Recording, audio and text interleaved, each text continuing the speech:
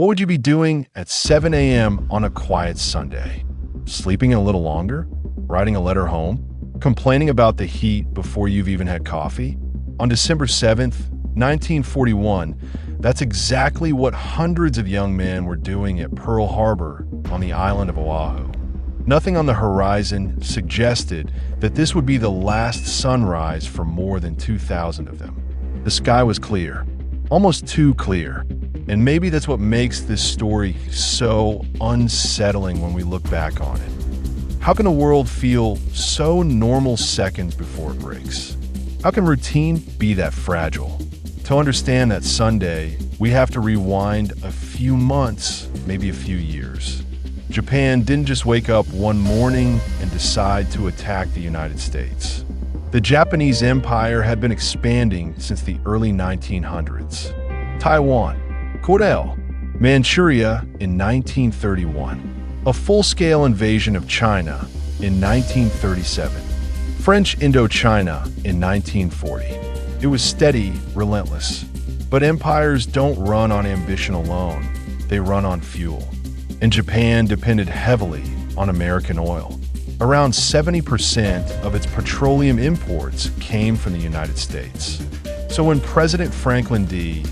Roosevelt froze Japanese assets and imposed an oil embargo in the summer of 1941, the message wasn't just political.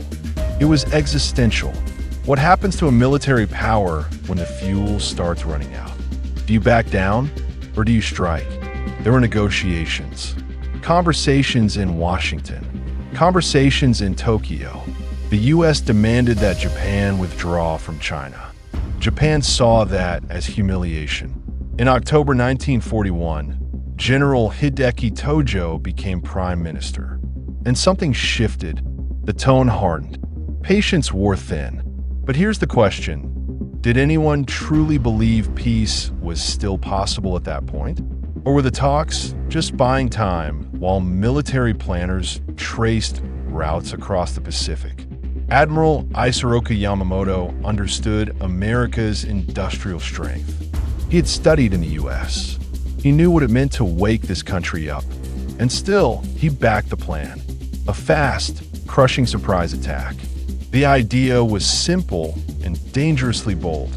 Knock out the U.S. Pacific Fleet for a few months, secure Japan's position in Southeast Asia, and force a negotiation. But here's the part that lingers. Even if the attack worked perfectly, would it really be enough? In late November 1941, 6 Japanese aircraft carriers slipped out to sea in total radio silence. Over 350 aircraft on board. No signals to intercept. They crossed the cold northern Pacific along a route few would expect. Sailors slept in tight quarters, carrying the weight of something historic. Did they all understand what they were about to do? Did any pilot stare at the endless ocean and feel that knot in his chest? Or was the conviction absolute? At 6 a.m. on December 7th, the first wave launched, 183 aircraft cutting through the early morning sky. At 7:55 a.m., the first bombs fell on Pearl Harbor. Some American servicemen thought it was a drill. Others ran through steel corridors, confused, half awake. A few were still in pajamas. Then the USS Arizona was hit. A bomb pierced the deck and ignited the forward ammunition magazine. The explosion tore the battleship apart. In seconds, more than 1,100 men were dead. Think about that. Seconds, not minutes. Seconds. How many even had time to understand what was happening?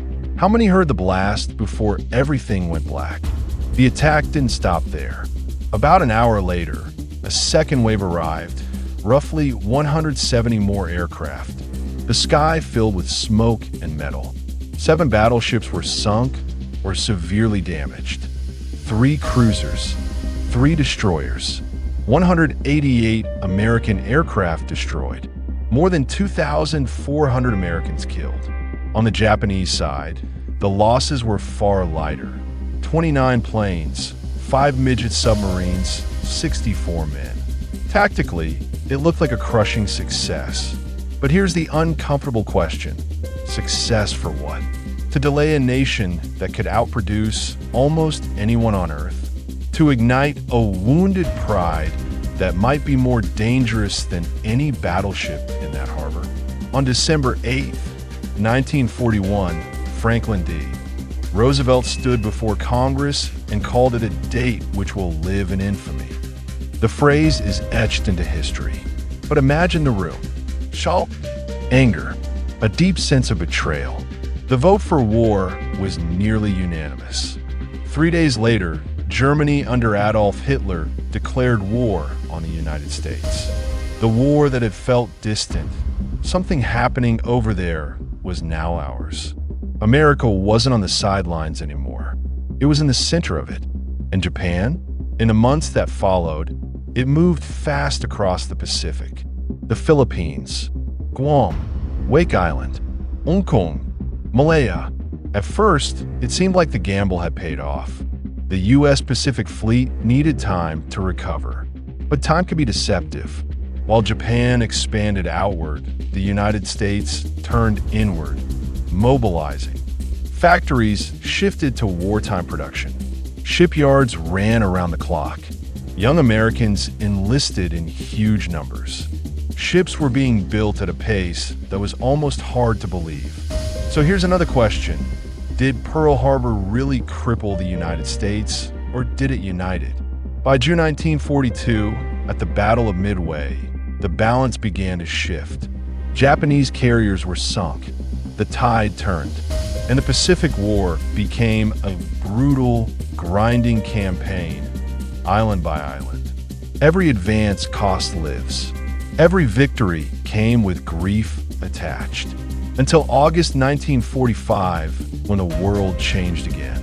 On August 6th, an atomic bomb was dropped on Hiroshima. On August 9th, another on Nagasaki. Around 200,000 people died, directly or indirectly.